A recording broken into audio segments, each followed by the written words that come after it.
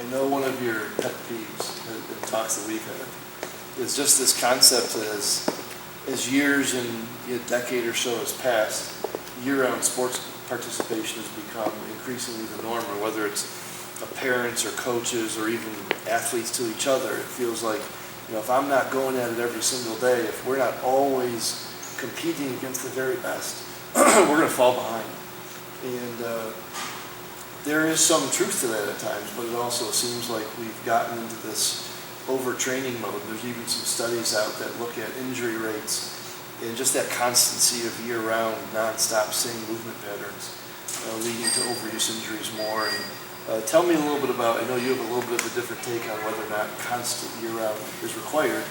And not just for recreation and leisure, but even to be elite. Is that really what we need to do? Do we need to be 24/7, 12 months a year, 7 days a week? Well, that's a great question. And so I thought about that a lot because I've had 3 knee surgeries and now I have an arthritic hip. Would I turn back time and say I wouldn't fence, in order not to have an arthritic hip, because you're helping me with that and I'm limping around? I think that I could have avoided knee surgery and this arthritic hip if my team of people, my mom, my coach, even my sister was part of that cohort, and knew that I could just take a break, or I think my father was the only one out of the group. My mom my father really was like, you need to take some time off. You need to step back a little bit. And I told him, you don't know what you're doing, you're not successful, you don't know what it means to be successful. And so I'm being fed this information at a very young age that the only way to be successful is to drive myself as hard as I can all the time, ad nauseum. It comes at a huge price. And I think that, yes, I would pay the price now, but the thing is, I think that with technology the way it is, the understanding, the information that's out there now about how to train smarter, there's so much more out there that you really do yourself a disservice just to say, I'm going to old school it and just hit it hard every day. It's just not, that's not sort of how. Eastern Bloc. Yeah, but that's not how it is anymore. I mean, the Cold War is over, and also there's the internet. And then there's videos, there's GoPro, there's all this stuff. There's stuff at your disposal that you can use to train smarter. And so for me, I don't subscribe to that. So a lot of my competitive kids, I tell them, okay, what do you want to do over the summer? I'm like, I'd like you to go outside. I'd like you to ride your bike. I'd like you to go see your friend. I'd like you not to sit on the couch, but I'd like you to stay active. So what happens by telling a kid, I want you to stay active, I want you to volunteer, I want you to go out, I want you to do this and this and this, go kayaking, do something else. What they do in return is they start cross-training, right? So if you tell them to do something else, not only are they having fun, recharging themselves or recharging their brain, they're cross-training at the same time. So you have to be smart about that. So your team has to be smart about that. And the kids need to be kids at some point. The Europeans, part of, I think, some of their success too, their fencing clubs close July and August. You can't go to their fencing clubs in July and August.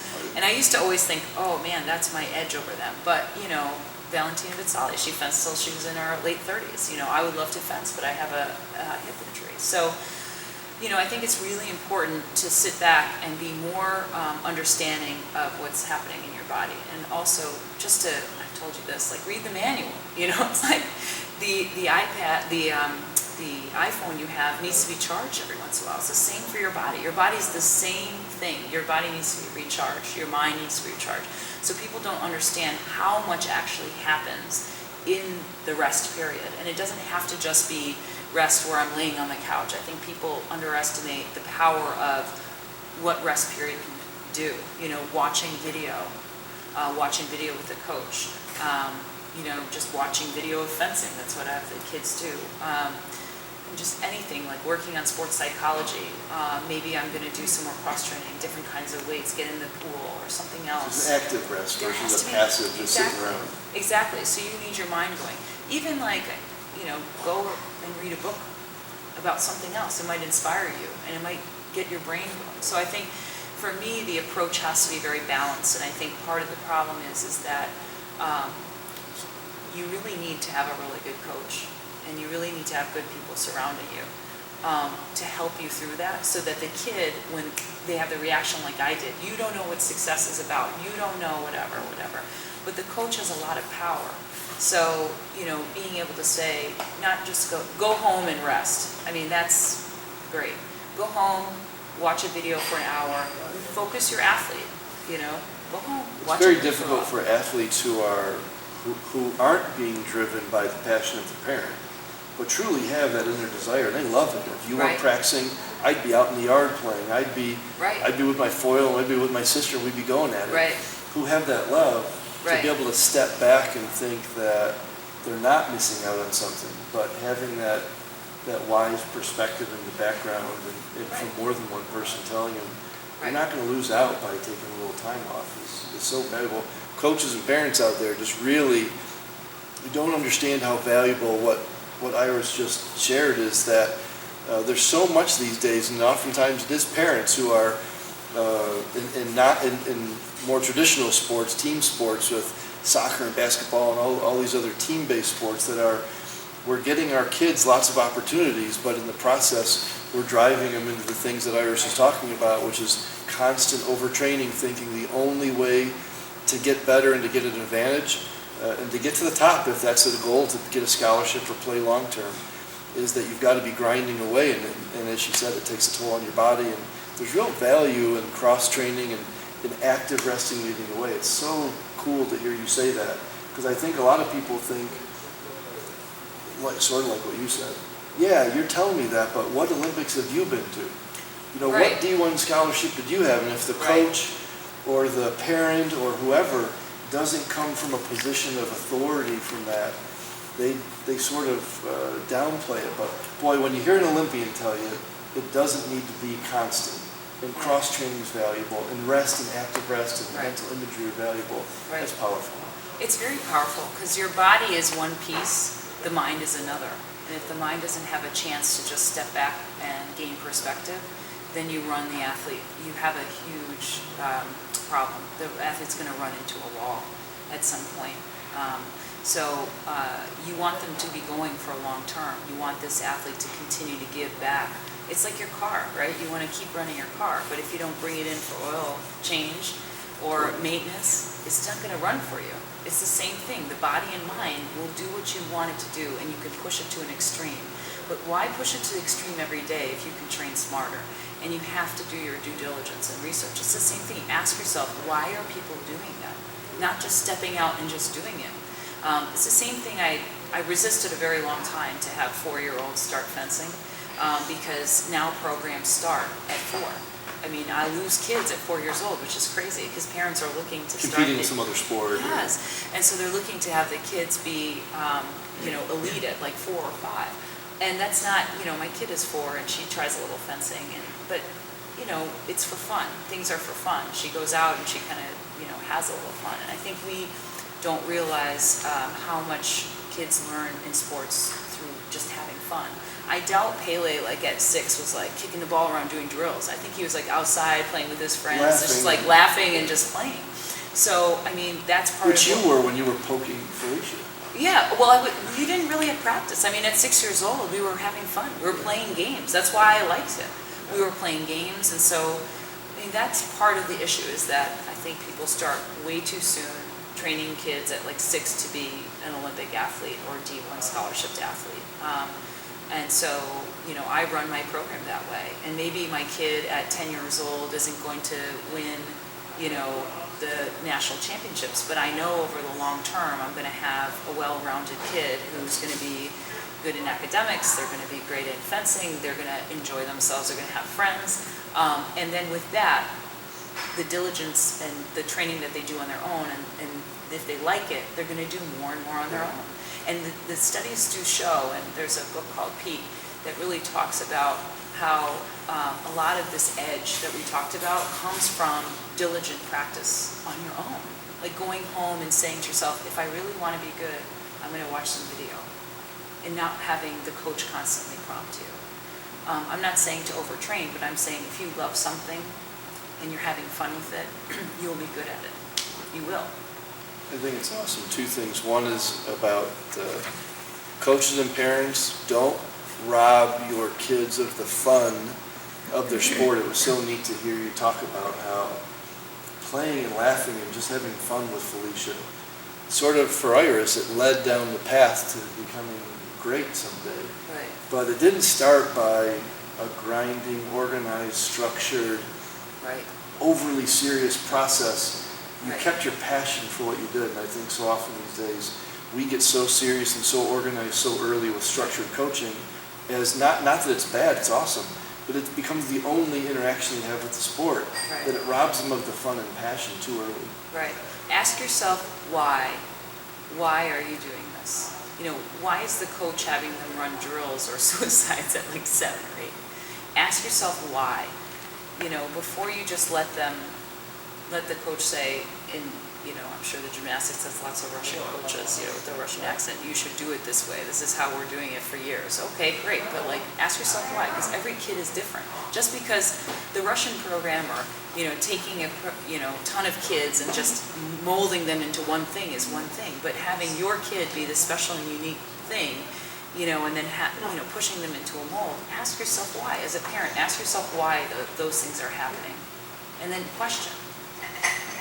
I really like the tie-in that you had from that book about diligent practice and physical therapy. We see this happen all the time, that there's this learning curve early on where we're not going to expect perfection. Right. We increasingly we'll increasingly get a little more demanding with the exercises, but in sport, that it's the same way. It's a concept of diligent practice, and I think so often these days our athletes will put in the reps, put in the time and the hours, but sometimes it's at a lot of subpar performance, and you might be able to take a 2-hour practice and probably could have done it in 25 minutes. Right. And done diligent focus. For those who are seriously trying to improve, we're not trying to hold people back from being elite, Right. but if you're going to go that route, one of the problems is overvaluing yourself.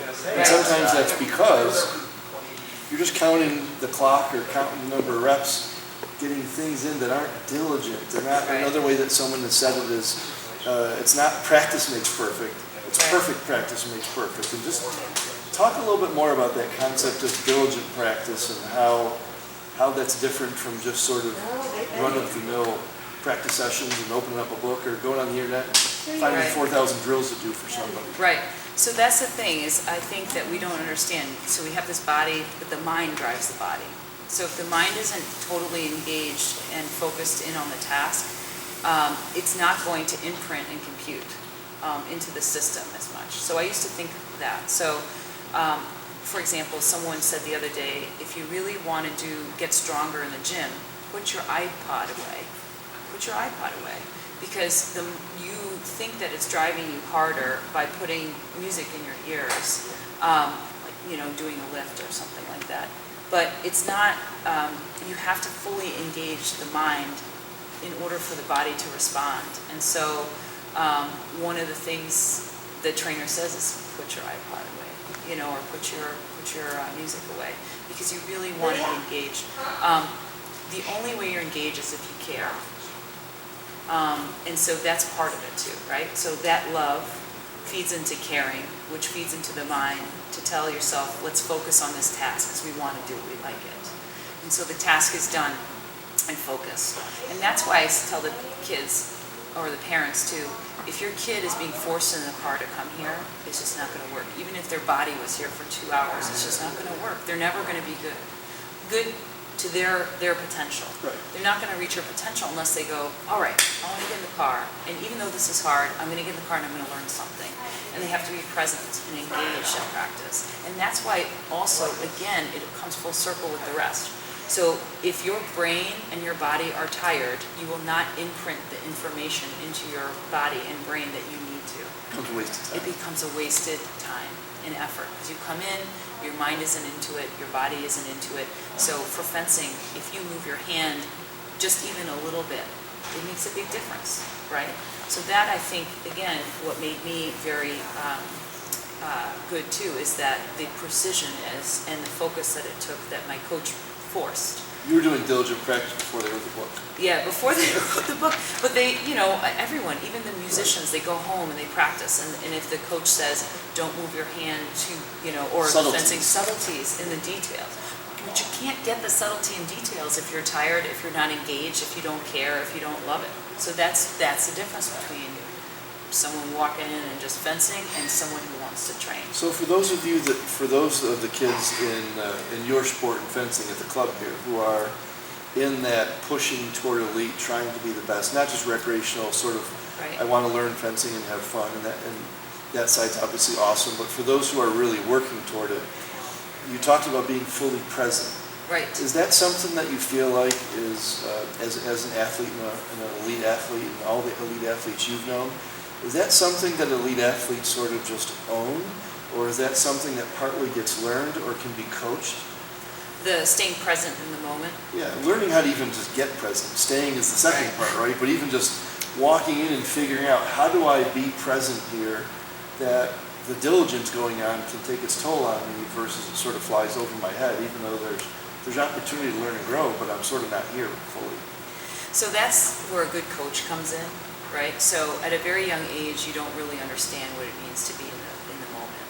So say we start, like at me, I'm 6 to 10, I'm like all over, there's pictures of me and video of me like I'm all over the place. But, I'm having fun.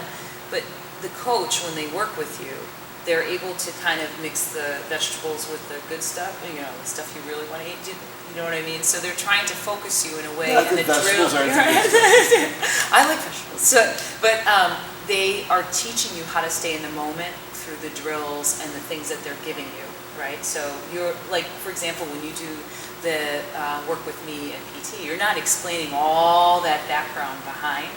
You're giving me the exercise and kind of directing me a little bit, but you understand all that background. So, if I wanted to pursue physical therapy or wanted to do that, then you would give me some of that background and get deeper. It's the same thing with when you start a kid or even someone who's a beginner. You don't give them all that background. You just give them enough, and then you give them enough to focus them at the moment for what they want to do, and then later on, they understand what it is to be in the moment. For fencers and for competitors in general, I think that happens with repetitive competition. I think that if you're really good at competition, you sort of quote unquote get into the zone accidentally sometimes. And then as you become more of an elite athlete and you do more competitions, you learn how to get more organized so you get into that quote unquote zone more often. So you're able to control and challenge it. But there's a very long period of time before that really happens. A lot of what helped me to do it was meditation. And also, I believe very strongly, and some athletes and coaches don't, very strongly in sports psychology. I didn't love every sports psychologist. Some of it I thought was a little bit mumbo-jumbo, but there are very specific and well-known techniques to get people into the zone. Yeah. To physically relax. I would do some relaxation techniques in between matches that would help my heart rate come down. There's a physiological response and then the brain response. So there are things that you can do and things you can do in your off time to learn, that can be helpful in the long term to get you into that mental zone if you want to learn how to control it at a very, at a younger age. We really do spend so much time on all the physical things. What's the coolest strength training drill? Are you holding a kettlebell or a tube or a barbell? And we really have beaten to death. It's cool, all the creative ways to train physically, but it really is until you get to, I think, oftentimes a more elite level, an area that is really underutilized in most team sports and all sports at youth levels is we need more sports psychologists helping leagues and different programs to figure out how it is to help these kids do it the right way. We have a sports psychologist on staff, and we've been toying with many different things. And Dr. Doug Rayner works at Geneseo, and he does work with our younger kids, and it's much harder for them to understand the concepts because they just don't understand that, and for them it's still fun. So we play around with at what age that helps. And you know what? It's not going to help every kid. What it will do is the athlete that is diligent, the athlete that does want to be elite, the athlete that wants to get ahead, it does help them. it gives Or them. just even be their best. Or to Even be their if it's best, right, even if, well, elite for me is being their best, Right. you know, not all my kids are gonna make the Olympic team. Right. Not all of them are going to make NCAA teams, but what they are gonna do is, a lot of my kids walk in and they don't feel like they're athletes, but if they can leave here and feel like I'm an athlete, I feel good about myself, they have achieved an elite status, you know, That's so powerful. yeah. Yeah. So we all raise ourselves to that level, and I always try to raise that bar for the kids so that no matter what, they're trying their best. You know, either they're trying to make a team or they're trying to just come more consistently to the recreational class or, you know, any bar. But Need a challenge. need challenge. But the sports psychology will make a difference for some, or just the mental work generally will make a good, will make it give you an edge if you're already there. Right. If you do understand a little bit of it.